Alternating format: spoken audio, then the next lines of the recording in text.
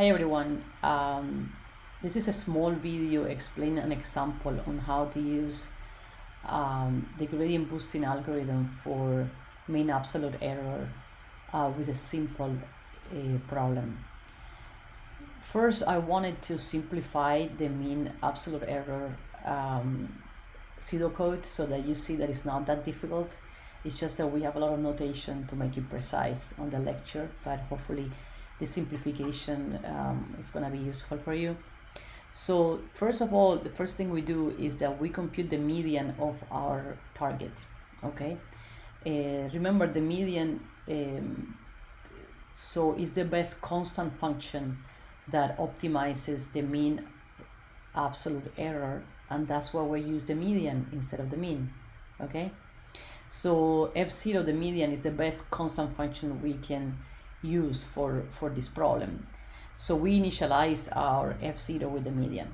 Okay, then we go through a loop from m equal 1 to capital M. Okay, so we're gonna consider m3s basically that we're gonna sum to f0, and that will be our final model. Okay, so then what we do is we compute these residuals and then the pseudo residuals. So the residuals are basically our target minus our current function. In this case, at the beginning is f0, but in general it would be fm of x. Okay, and then we take the sine of that.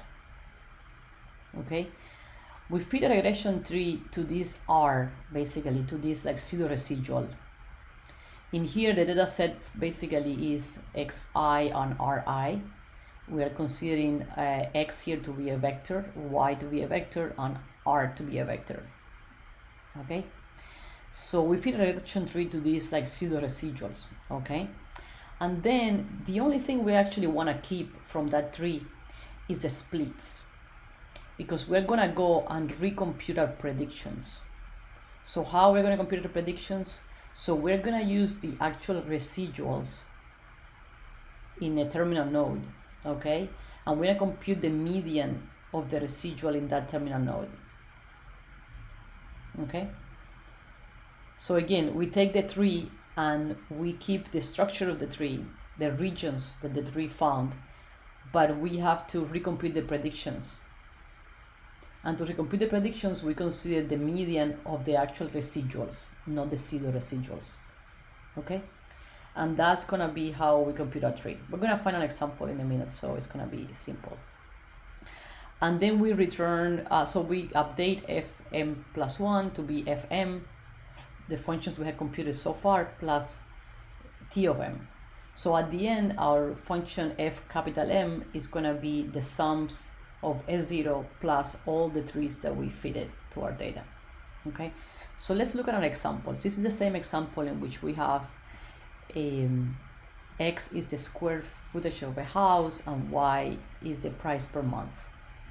Okay, in this case, the median of our target is $1,280.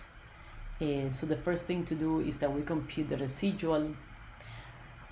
The residual has a 0, and the sine of a 0 is 0, so it makes my life a little bit more complicated. So I'm going to make a little trick here. I'm going to add a very, very small number to the residual to avoid getting a 0, okay, for the sine. You don't have to do that. You can just use the sine in the way it is, but it will make my life easier, and it's just kind of the same. So basically here I have f0, my median. I have the residual of the first iteration, and I have the pseudo residual. So I have the three of them, and I just kind of make it a frame with that so that we can see what we have so far. Okay, notice that we're about to compute a stump, a very simple decision tree on R1, right, which is the pseudo residual. But in this case, it becomes really trivial to compute a split here, because the first two values have R1 minus 1, and the three following values have R1 of 1. So it's very trivial to see that the split should be between 800 and 850, okay? So what are the values of T1? Remember, how do we compute T1s, right? So now that we have the split, so what we do is we take the actual residual, the first two values, and we take the median of that, and then we take the rest, the other three values, and we take the median of that. So we get these two numbers. So the first two values are gonna get a median of minus 100, and the other two are gonna get a median of 170. So that's our T1. So we compute that. You see, the first two values. So sorry about this. There is a 2 here, and there is a 3 here. First two values are gonna have 100, a value of 100, and the other ones are gonna have a value of 170. Okay, so this is how our new decision tree kind of looks like. Okay, so how to compute F1? So F1 is gonna be our new model, a model that happens after the first step happens, right? So F1 is F0 plus the first 3 plus T1, right? So we can compute that. So we have, this is the value, the current value of our models is F1, which is our F0 plus the T1. Okay, so how do we compute another iteration of this? So, well, we have to compute the residuals. What is the residuals? So the residuals, let's call it residuals 2 for the second iteration, okay? This is always our y minus our current F1, okay? So this is a residual 2. Sorry, I don't have F1, so I'm gonna, this is df F1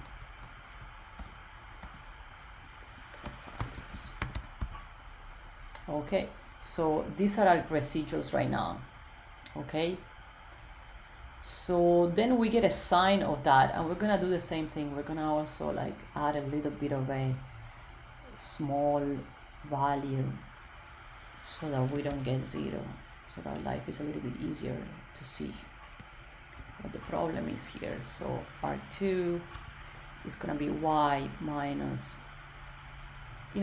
basically the residual 2. And let's see what we have here as R2. Okay, so now we have these values here. Let's put it back into our data frame to see it in a bit nicer way.